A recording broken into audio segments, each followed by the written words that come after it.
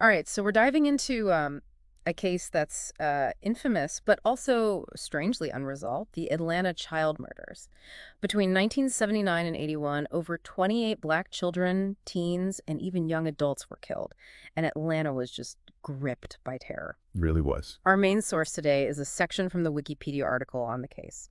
We're going to try to unpack not just the what happened, but why this case, even though there was a conviction, still feels so unsettling. Yeah, it's fascinating how the Atlanta child murders became a symbol of both justice served and justice delayed, right? Mm, On one hand, you have Wayne Williams, who was convicted for two of the murders, but on the other hand, so many cases just remain unsolved.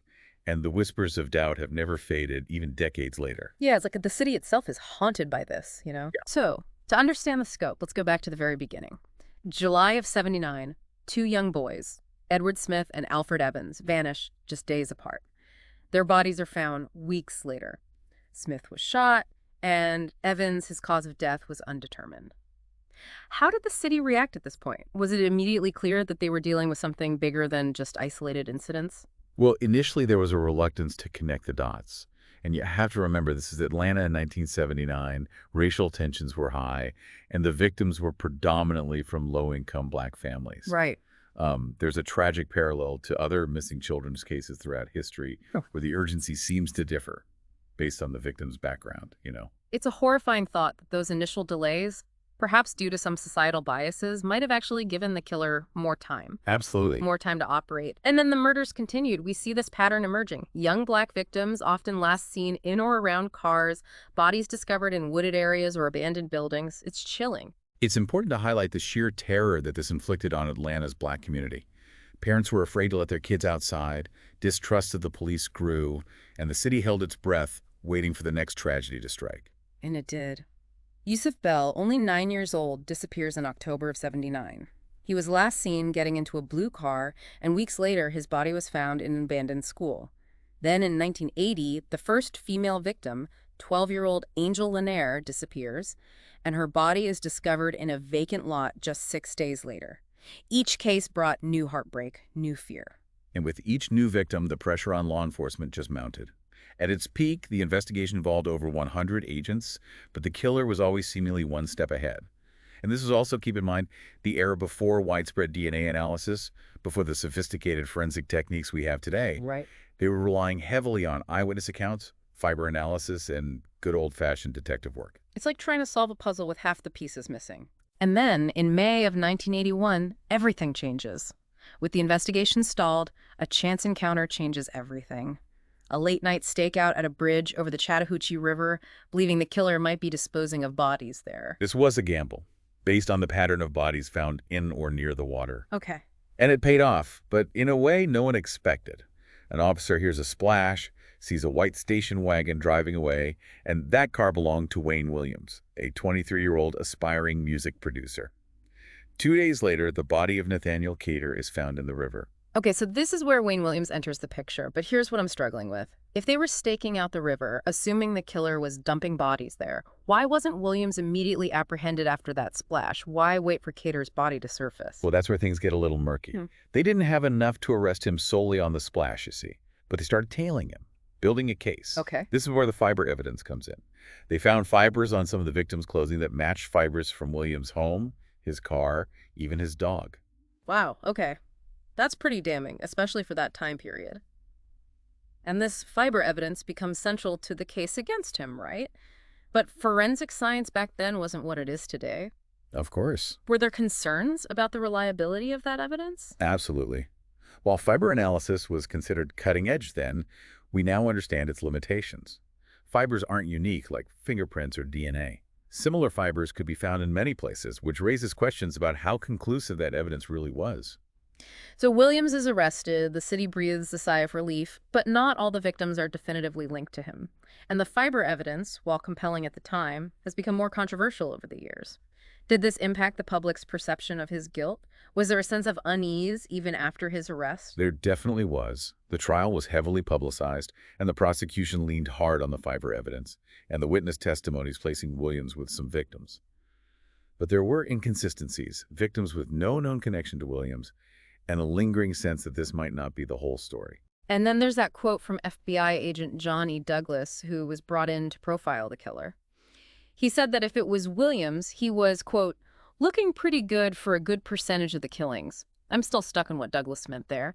If he believed Williams was guilty of more, why not pursue that? Well, that statement really fueled the controversy surrounding the case. Some interpreted it as the FBI admitting they didn't have enough evidence to link Williams to all the murders, but they were satisfied with pinning him for some. Others saw it as a way to close the case quickly and appease a terrified public, even if it meant leaving some families without answers. It's a chilling thought that the desire for a quick resolution might have overshadowed the pursuit of the whole truth. And that leads us to the heart of the matter, the part that continues to haunt this case. What about the victims who were never definitively linked to Williams, the families who never received closure? Their stories are crucial to understanding why this case, despite a conviction, remains so unresolved. We'll delve deeper into those unanswered questions and explore some of the alternative theories that emerged in the next part of our deep dive. So we've got this conviction, but a lot of loose ends. It's almost like the case was closed, but the story wasn't finished. Right. What about those other victims, the ones not officially tied to Wayne Williams?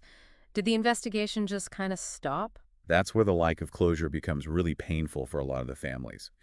Officially, the Atlanta child murders case was considered solved with Williams's conviction. But as we've discussed, not all the murders were attributed to him, and even those that were, well, the fiber evidence has been scrutinized heavily over the years. Yeah, it feels like there was this huge rush to put a lid on things, maybe to just calm the city's fears, but at what cost? And this is where those alternative theories start to get really interesting. Exactly. Because while the official narrative focused on Wayne Williams, there were other investigations happening quietly in the background. One particularly disturbing theory involves potential KKK involvement. Okay, hold on. KKK. That takes this case to a whole other level of complexity and darkness. What evidence was there to even support this theory? What's important to remember the social and political climate of Atlanta in the late 70s and early 80s. Racial tensions were high, and the KKK still held a grip on certain pockets of the South. The theory goes that a group of Klansmen, hoping to ignite a race war, may have been involved in some of the murders. That's a horrifying thought. Was this just speculation, or did investigators actually look into it? It wasn't just a rumor. Back in 1981, while the Atlanta Child Murders Task Force was focused on Williams, the Georgia Bureau of Investigation, the GBI, was conducting its own secret investigation into potential KKK involvement. Wait, a secret investigation? Why would they keep that under wraps? That's one of the big mysteries here. According to reports, the GBI focused on a particular family of Klansmen living outside Atlanta. They were suspected of wanting to incite racial violence. And there was even evidence linking them to at least one of the victims, Luby Getter. Luby Gitter, the 14-year-old whose body was found in February of 1981. That's right. An informant claimed one of the Klansmen, Charles Sanders, had threatened to kill Gator weeks before his disappearance. There was even a witness who described seeing Gator get into a car with a white man who had a scar on his neck, which matched a description of Sanders. Okay, this is starting to sound less like a theory and more like a legitimate lead. So what happened? Why didn't this go anywhere? Here's where it gets really strange. According to some reports, the GBI chose to close their investigation and seal their findings. They never explained why. It wasn't until 1985 that a transcript of a conversation between Klansmen discussing Geter's murder was anonymously sent to Wayne Williams' lawyer. Hold on. So information that could potentially have exonerated Williams or at least cast doubt on his guilt was buried for years. That's incredible. It's shocking, right? Williams' defense team brought this evidence to light in a 1991 hearing requesting a new trial. But even then, investigators from both Atlanta and Georgia law enforcement agencies claimed they had little to no knowledge of the GBI's investigation. This whole thing just feels like a huge cover-up. If the GBI had evidence linking the KKK to even one of the murders, why wouldn't they share it? It's no wonder so many people still have questions about this case. It certainly raises questions about the thoroughness and transparency of the investigations. And it adds another layer of complexity to the already tangled web of the Atlanta child murders. Wow. We have Wayne Williams convicted of 2 murders, but then this whole other possibility of KKK involvement. It's almost like 2 separate investigations running parallel to each other, but never converging. And to make things even more complicated, you also have Johnny Douglas, the FBI profiler, who's hinted at the possibility of multiple killers being involved. Douglas has said on record that he believes Williams committed many of the murders, but not necessarily all of them. He even suggested that authorities might have some idea who the other killers could be, which leads to even more questions. If there were other killers operating at the same time, who were they? And why weren't they pursued with the same vigor as Williams? So we're left with this unsettling feeling that maybe, just maybe, the full truth about the Atlanta child murders hasn't been revealed. It's like the official narrative only tells part of the story. And that's precisely why this case, even decades later, continues to fascinate and frustrate people. It represents a dark chapter in American history, a time when racial tensions were high, fear permeated communities, and justice felt elusive for many. In the final part of our deep dive, we'll examine the lasting impact of this case, the renewed efforts to find answers, and what it all means for the families who are still searching for closure. We've been unpacking the Atlanta child murders, a case that just seems to resist easy answers. We've got Wayne Williams behind bars, but so many questions linger, and even with this conviction, the sense of justice, it just remains elusive for a lot of the families. What happens when that official narrative doesn't really seem to encompass the whole story? It leaves this void, and that void is often filled with speculation, with lingering trauma, and with this deep mistrust of the systems that were supposed to protect these children. Yeah, it's hard to imagine the pain those families went through. And they continue to go through this, especially those whose children's murders were never officially linked to Williams. I'm thinking about the mothers, the fathers, the siblings who had to live with this open wound for decades. And that's crucial to remember. We're talking about real people, real lives cut short, each with their own unique story. The Wikipedia article mentions some of their names, but it's so important to go beyond the statistics. Yusuf Bell, just 9 years old, sent to the store for snuff, and he never came home. Angel Linaire, taken at age 12, her body found with signs of this horrific struggle. These were children with dreams, with families who loved them, and their absence left a hole that can never truly be filled. Yeah, it's a gut punch, honestly. And it makes you wonder, what happens to a community that experiences this kind of collective trauma? Does it ever really heal? It leaves scars, for sure. Atlanta in the early 80s was a city on edge. Parents were afraid for their children, trust in law enforcement was fractured, especially within the black community.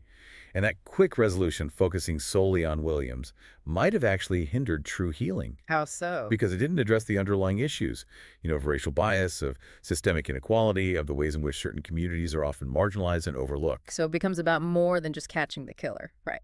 Right. It's about understanding the context, the societal factors that even allowed these tragedies to happen in the first place. Exactly. And this is where some of the later developments in the case become so important. In 2019, Mayor Keisha Lance Bottoms ordered the Atlanta Police Department to reopen the investigation, and they focused on DNA testing of the evidence. It was a way of saying, we haven't forgotten, and we're still searching for the truth. But it's been years since that announcement, and so far, no major breakthroughs have been publicly revealed. What does that say about the limitations of forensic science, even with all this modern technology we have? Well, it highlights the challenges of revisiting cold cases.